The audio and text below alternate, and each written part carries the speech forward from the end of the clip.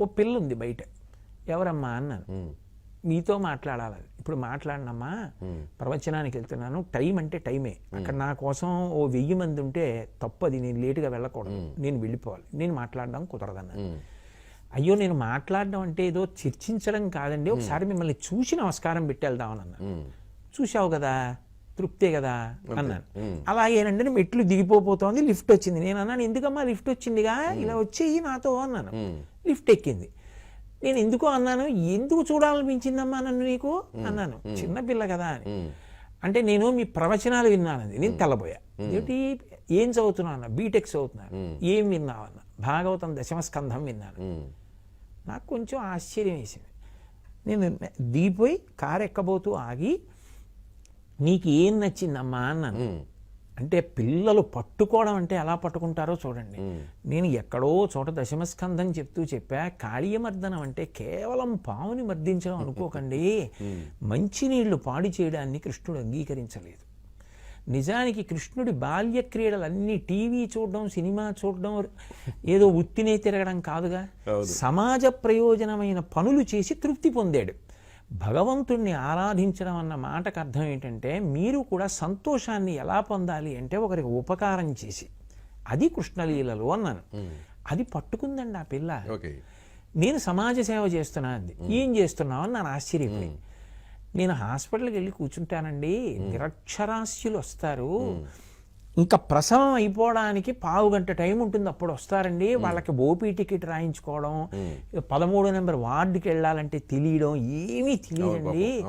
నేను వాళ్ళకి గబగబా ఓపీ టికెట్ రాయించి స్ట్రెచ్చర్ తీసుకొచ్చి ఎక్కించి ఆ వార్డుకి తీసుకెళ్ళి, ఇది ఎమర్జెన్సీ అని డాక్టర్తో మాట్లాడి, ఎక్కడో మందుల షాప్ ఉంటుంది, ఆ ఉచితంగా ఇచ్చేది, మందులు తెచ్చిపెట్టి ఈ ఉపకారం చేస్తూ ఉంటానండి.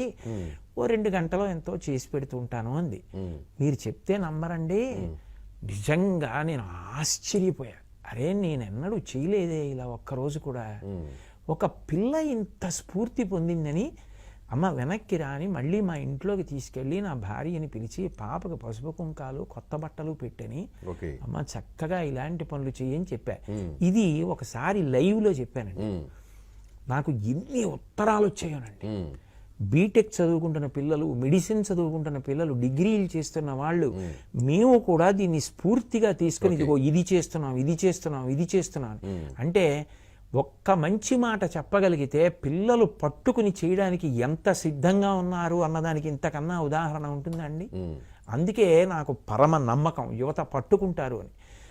ఎక్కడికి ఏ ఊరు వెళ్ళినా ఇప్పుడు నియమం పెట్టుకున్నా, ఎవరన్నా పిలవాలి కానీ అది ప్రాథమిక పాఠశాల అయినా సరే వెళ్ళి పిల్లలకి ఏదో ఒకటి చెప్తుంటా.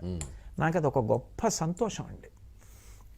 ఆ మధ్యకాలంలో మా టీవీలో వరుసగా ప్రసారం అయ్యాయి, కేవలం పిల్లల కోసమే ప్రసంగాలు చేశాయి. ఎందుకని అంటే అది నా కర్తవ్యం ఏమో అనిపించింది ఈ సంఘటనలు చూసిన తర్వాత. గొప్ప తృప్తినిచ్చిందండి అది నాకు. అంతేగా మరి. అవునండి. ఇప్పుడు మీ ప్రవచనం విని ప్రభావితమై స్ఫూర్తితో చేయటం అంటే అది అంతకంటే మీ లక్ష్యం నెరవేరింది. ఫలానా చాగంటి కోటేశ్వరరావు వల్ల ప్రేరణ పొందానని ఆ అమ్మాయి చేసినప్పుడు 10 ప్రాణాలు నిలబడితే చాలు కదా. నేను పడ్డ శ్రమ, నేను చెప్పిన మాట ఉపయోగపడింది.